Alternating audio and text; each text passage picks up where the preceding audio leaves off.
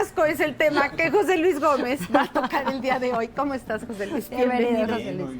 Es que aquí el orden de los factores se altera. Sí, claro. Si decimos José Luis Gómez, va a hablar del asco. Va a hablar. Le van a cambiar ahorita mismo mismo de canal y de estación. El tema del asco va a ser tocado por Dicen José Luis Gómez del asco va a hablar. No, pues no, peor tantito, José Luis, no nos conviene No, ese bueno, orden. lo que pasa es que así como un día hablamos de la sorpresa, Sí. el asco también es una de las 6 emociones primarias, según la mayoría de psicólogos, que tampoco la tenemos en cuenta como emoción, ¿no? Sí. Ay, qué asco esto, pero Desagrado. no pensamos que es una emoción y que esa emoción es base de un montón de conductas que no nos gustan, ¿no? Vamos a pensar en uno de los extremos de esta emoción ya llevado el nacionalismo. Vamos a pensar en los nazis, ¿no? ¿A quién, digamos, le atrae la idea de decir, ay, bueno, qué bien hicieron? Pues no, ¿no?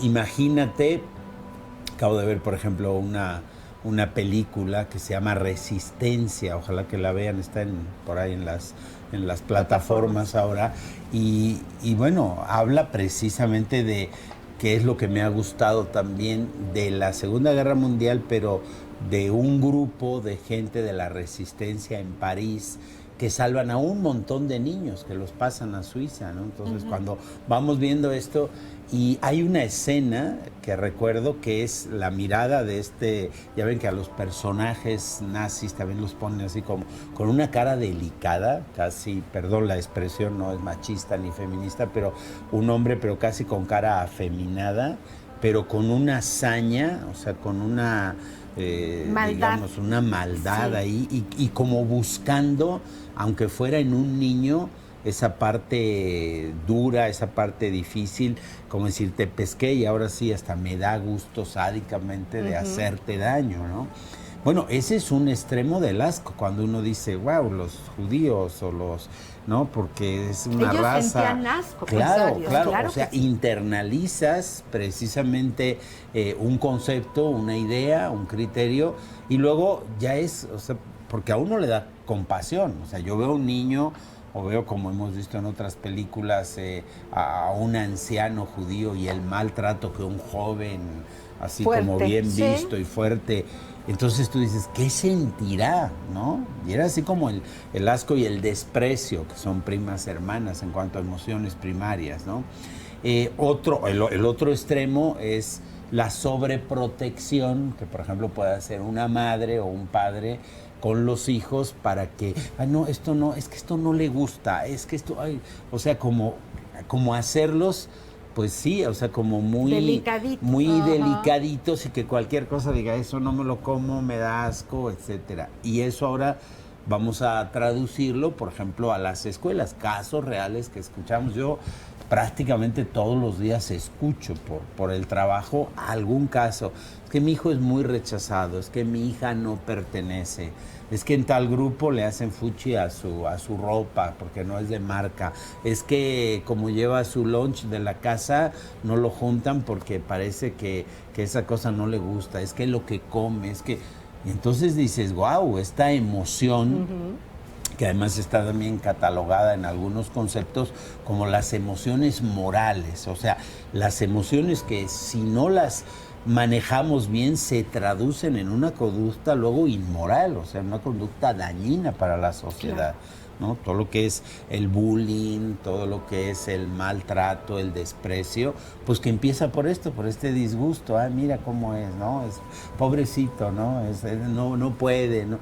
Entonces es una segregación, es una especie de racismo que vamos haciendo y que la emoción básica es el asco, ¿no? Entonces, todos sentimos, y eso, bueno, para ti y para mí que estamos en esto, todos sentimos que hay cosas que no nos gustan, que no nos atraen, ¿no? Bueno, a ustedes y a mí nos pasan.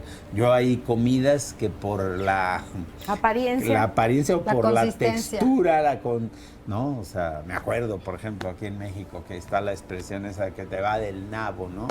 Yo, bueno, pues yo no sabía, pero en mi pueblo, de chiquitos, no sé por qué, nos hacían comer nabos y los confundíamos con las patatas. Si tú haces un cocido en España, un potaje, unas cosas de esas, pues lleva patatas, lleva papas así, no delgaditas, sino en cuadritos, papas con judías, papas. Y me acuerdo de chiquito, por ejemplo, que mi mamá le echaba a nabo porque decía que tenía no sé cuántas cualidades. Entonces tú pensabas que era una papa y la consistencia del nabo se deshace, ¿no? Es como el chayote, como esas cosas que... Entonces yo, por ejemplo, tengo una sensación que si me como algo así que se deshace, digo, oh, ¿no? Entonces, solo es de adaptación mental, ¿no? Como si pensamos en comidas que antiguamente no comíamos, ¿no? Y de tus vivencias, porque para muchas personas el nabo puede ser delicioso. Claro, claro, ¿no? Entonces, ¿cómo va uno metiendo en la mente ciertas estructuras que no te gustan, ¿no? Y lo mismo nos pasa a lo mejor con personas, ¿no? Como dice uno, ay, si esta persona va vestida así o va tatuada de tal manera o lleva el arete de no sé cómo, o cuidado, ¿no? Entonces ya mentalmente la segregamos, la ponemos ahí, ¿no? A muchos a lo mejor nos da compasión ver a los inmigrantes en un semáforo, les ayudemos o no, pero la sensación que tienes es de que, híjole, pobres, y a otros les da, yo oigo conversaciones de gente que me asustan. O sea, me dicen, ay, imagínate todos esos migrantes que están ahí, quién sabe, yo subo el vidrio porque lo que te pueden hacer, hasta en el tono, ¿ves? Esta parte de disgusto convertida en asco y convertida en segregación. Entonces, es como de estas emociones que tienen una base y que tenemos que cultivar, ¿no? Porque al fin esto de cultivar la mente es cómo cultivar, o sea, cómo darme cuenta, como hacemos con el niño, decir, esto, el brócoli no te gusta, pero es muy sano, vas a comer nada más tantito, ya no sé si hasta le echo azúcar la primera vez para que te enganches, ¿no? Sí, o sea, cómo ayudarnos a nosotros mismos a los opuestos. Porque además hay otra cosa, ¿no? Los opuestos son la aceptación y que es la empatía, por ejemplo. El asco, pues está, su polo opuesto es la empatía. Pero ¿cómo acostumbrarnos, no? Porque la base también de esta emoción es la culpa y es la poca autoestima. Y es la falta de autorreconocimiento proyectada en los otros. O sea, yo valgo poco y lo proyecto en el otro que vale menos que yo socialmente. Pero creo que valgo más que el otro. Claro, porque tengo un color de piel diferente, porque mis creencias son diferentes, por lo que quieras, creo que valgo más. Claro, y entonces es como un error. Como le tengo un gran miedo a mi jefe, a mi director. Yo soy supervisor, pero detrás del director está el gerente, al que también le tengo todo, le río sus chistes y todo. Pero luego estoy yo, están otros supervisores con los cuales medio me llevo, pero luego está el obrero, que es al que yo superviso. Y ahí sí, y ahí denigro. Y bueno, a mí me toca a veces en las empresas oír, digo, se llevan muy fuerte. Sí, así nos llevamos, ¿no? Pero a la otra vez que no todo el que se lleva se aguanta, ¿no? Claro. Y que el día que ya me tocas cosas personales que no me gustan, pues ese día me quejo. Entonces, esta parte de decir, bueno, tenemos que ir aprendiendo a aceptar, a integrar, a desarrollar la empatía. En la frase, no me acuerdo cómo era la frase, pero era ponerle bondad a los... de nada sirve el valor y el genio sin las cualidades del corazón. Ajá, y hay un libro de Concha Pino, se llama la autora, pero sí creo que se llama el valor de la bondad o algo así. La primera parte no me acuerdo, pero sí es de la bondad, no, el valor de ser buenos. Y ella desde la neurociencia explica eso, que la naturaleza humana es bondadosa.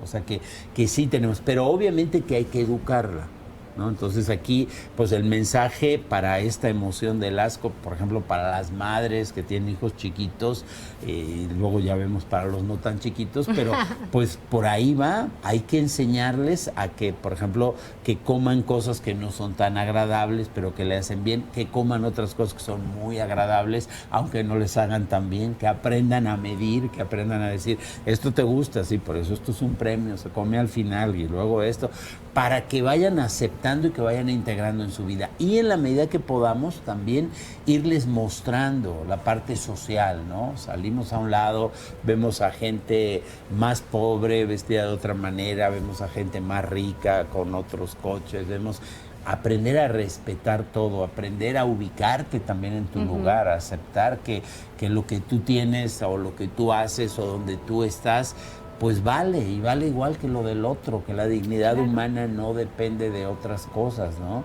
Como en las secundarias, en las prepas también, pero sobre todo a nivel secundaria, a finales de primaria y secundaria, estos grupitos, y en escuelas a veces cuanto más de más nivel económico, más difícil estos temas, ¿no? Y a quién invito al cumpleaños, y te invito, y luego pongo la foto de los que fueron, y pongo también a los que no invité, me encargo de que les llegue por la red social, que vean. Y esto lo pasas a gente grande que lo escucho, ¿no? Que te dicen, es que cambió la foto de su perfil, es que mandaron una foto del antro que estaba con no sé quién, es que a mí me dijo que no. Y toda esa parte de pertenecer o no pertenecer, que la raíz es esto, ¿no? Eso ya no lo sabemos, porque uno dice, no, yo puedo ir a un lado y ver a la gente, y a mí la gente no me da asco, ni cómo se viste, ni cómo. No, pero hay como un filtro, ¿no? Okay. Y es un filtro segregacionista. Y ahora ponlo igual con los ancianos, ¿no? La gente que dice, oyes a los niños chiquitos que a veces dicen, es que mi abuelita huele mal, ¿no? Pues porque ya no se baña igual, o porque de grandes tenemos olores, huele a viejo, ¿no? Sí. Y a veces la mamá y el papá, que en vez de educar eso, le dicen, ay, no digas, y no sé cuántos, y no digas delante de tu abuelita, y al niño, ¿qué le queda? No lo tengo que decir ahí, pero es verdad. Pero lo sigo diciendo. Pero a lo mejor hasta se lo festejan, ¿no? Claro, a veces hasta se lo festejan.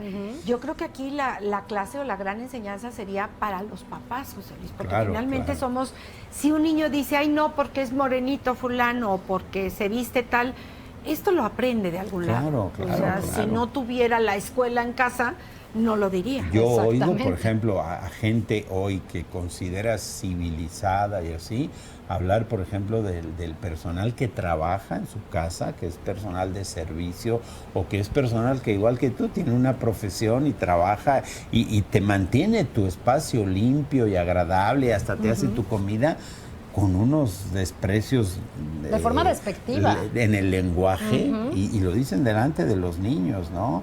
Decir, estos ya sabes cómo son, y cuando pueden te roban y luego se van, y estos, ¿no? Y estas, y así, y eso no lo dices con el de al lado, entonces el niño también aprende que el otro es menos, ¿no? Vamos a ver, regresando de la pausa, José Luis, si nos haces favor de decirnos cómo reeducarnos para los que ya hablan de esta manera tan despectiva de otro ser humano que vale exactamente igual que usted, aunque sea de otro color, aunque tenga otras creencias. Vamos a una pausa, regresamos.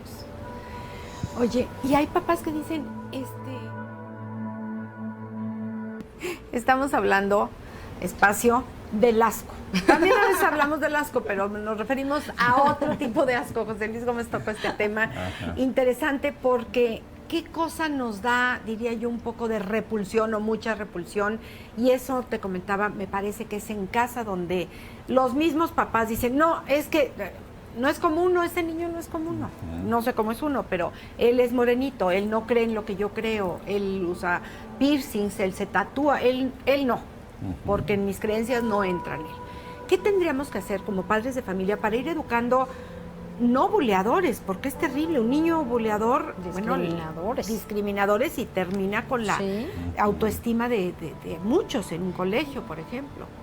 Y ahí ahorita a lo mejor ya es otra cosa de la que estábamos hablando. Pero aquí así es, ya sabes. Pero ya ven cómo es la mente, ¿no? Hay un libro que se llama El coleccionista de lágrimas, es un doctor brasileño, un psiquiatra.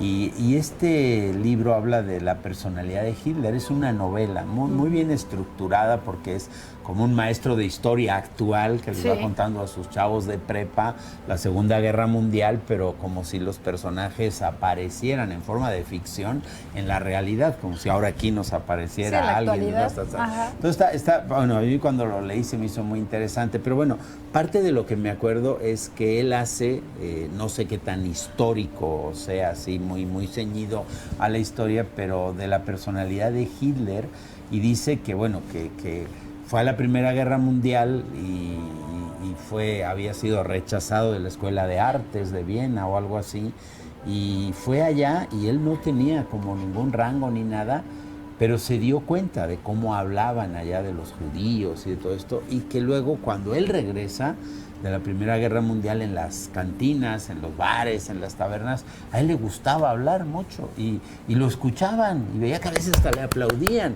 Entonces dice que se fue creando en su cerebro esa imagen de decir, wow, en esto sí soy bueno. No era buena para los artes, no me eligieron para quedarme ahí en la escuela, pero van a ver que en esto sí que soy para bueno. hablar, sí. Y es como que te metes el paradigma de decir, ahora hablar mal de otros, me lo empiezo a creer de tanto contarlo, Claro.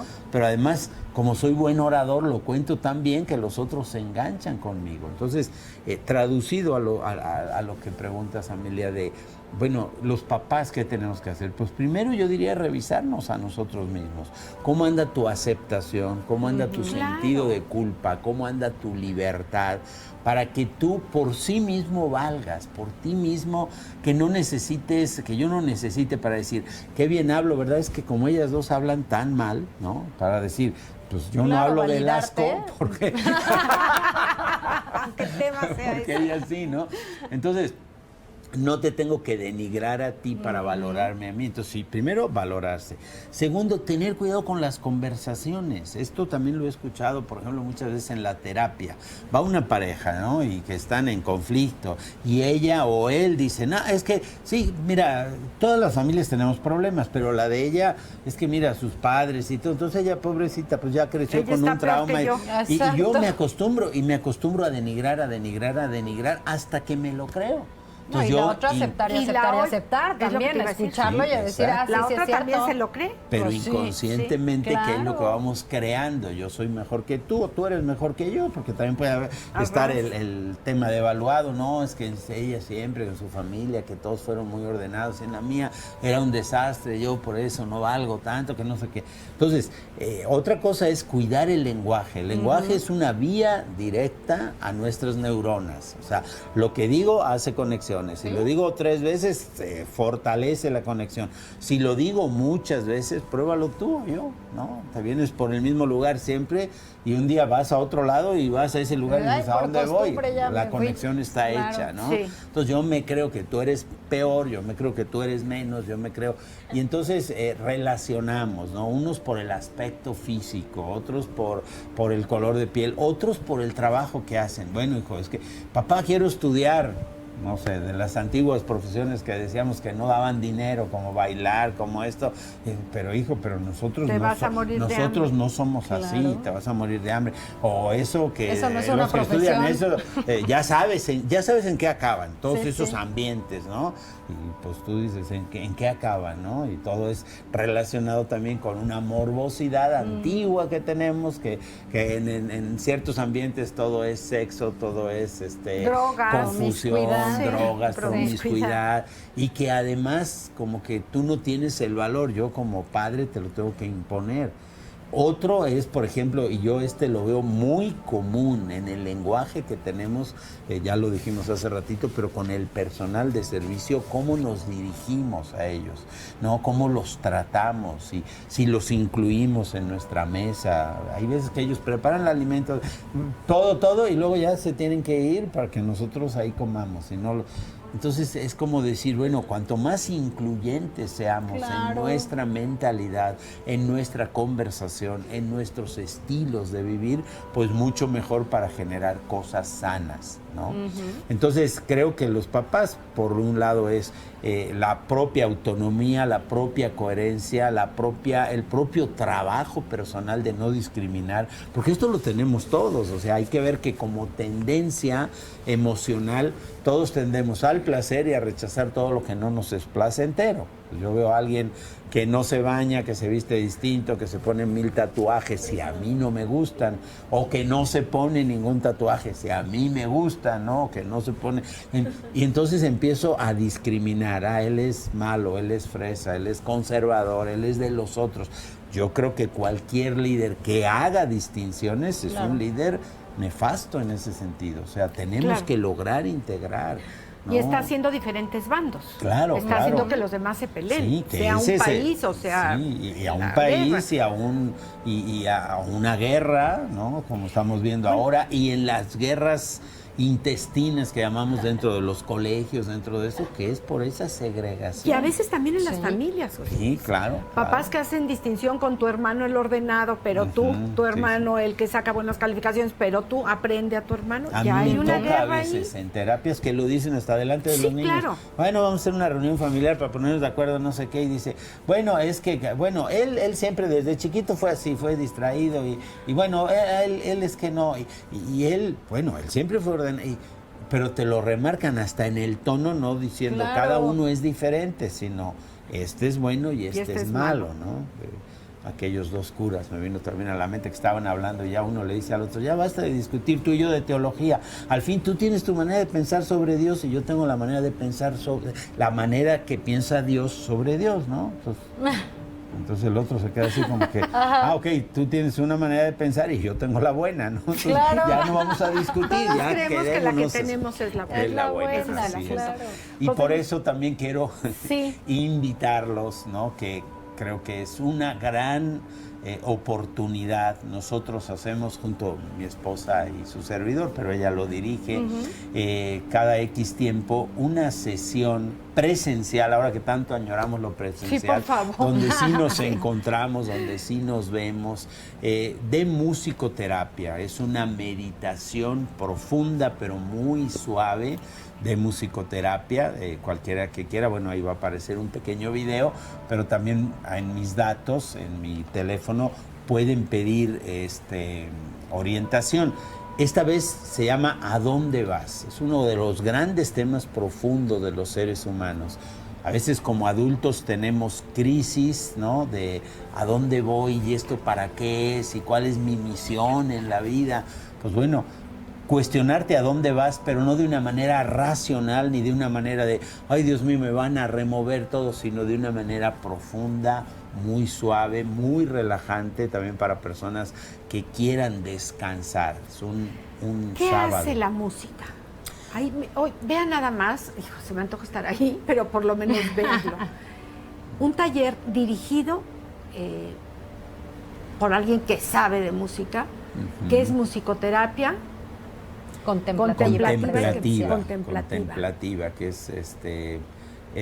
es música profunda, o sea, es música muy selecta, ¿no? Porque hay otra musicoterapia, ¿no? Que por ejemplo te dan un tambor y tocas, no, esta es música selecta, son meditaciones que te relajan. La música, ¿qué hace? Pues penetra y te transforma.